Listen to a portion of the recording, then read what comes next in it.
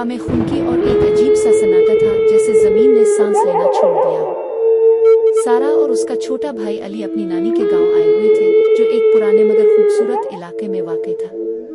गांव में ज्यादा रोशनी का इंतजाम नहीं था, बस चंद लालटेनें और चांदनी ही थीं जो रास्ते दिखाती थी।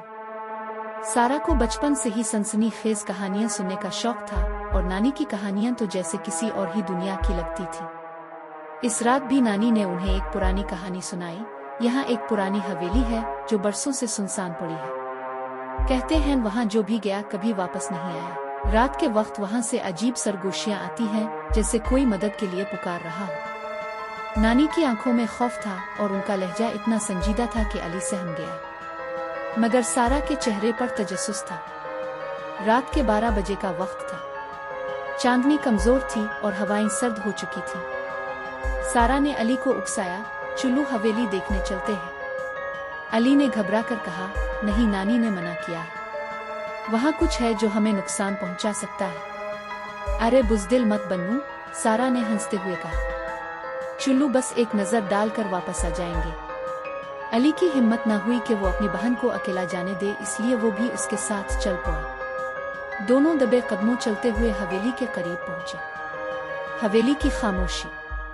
हवेली बहुत पुरानी और जंग आलूद थी। दरवाजे आहिस्ता आहिस्ता हल रहे थे, जैसे किसी ने अभी अभी उन्हें धकेला हो। खिड़कियां टूटी हुई थीं और अंदर मुकम्मल अंधेरा था। जैसे ही सारा और अली ने दरवाजा धकेला, वो एक खौफनाक चरचराहट के साथ खिल गया। अंदर दाखिल होते ही उन्हें यूं महसूस हुआ जैसे कोई साया तेजी से उनके पीछे से गुजरा हो। अली ने सारा का हाथ जोर से पकड़ लिया। ये यहाँ कोई है, अली ने सरगोशी में कहा।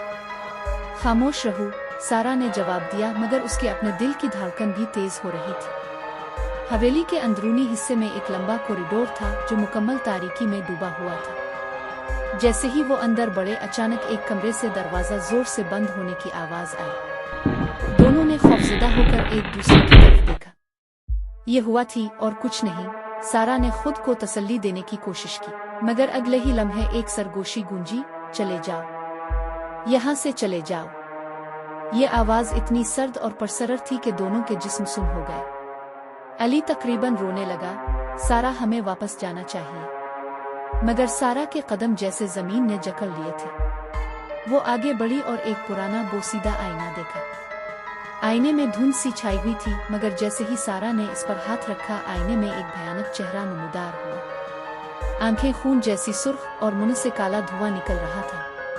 अचानक वो चेहरा आईने से बाहर निकल आया और एक सियाह साया में बदल गया। साया तेजी से उनकी तरफ बढ़ा। अली ने चीख मारी और सारा का हाथ पकड़कर भागने लगा, मगर दरवाजा खुद ब खुद बंद हो गया। तुमने मुझे जगा दिया, अब तुम वापस नहीं जा सकते। ये वही सरगोशी थी, मगर अब और ज्यादा खौफनाक। साया हवा में बुलंद हुआ और एक भयानक कहकहा लगाया। सारा और अली दीवार के साथ लगकर कांपने लगे। अली ने दुआ पढ़नी शुरू कर दी। जैसे ही इसने अल्फाज दोहराए, साया दर्द से चीखा और पीछे हटने लगा।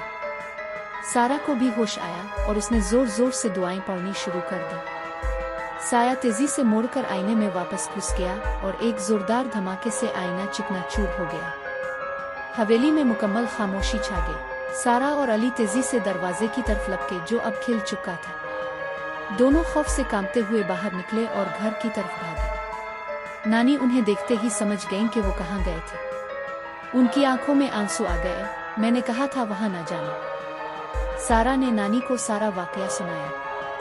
नानी ने गहरी सांस ली और बोले, ये साया बहुत पुराना है। जो भी वहां जाता है वो इसे अपना शिकार बना लेता है। तुम बच गए हो, मगर वो हमेशा वहां मौजूद रहेगा।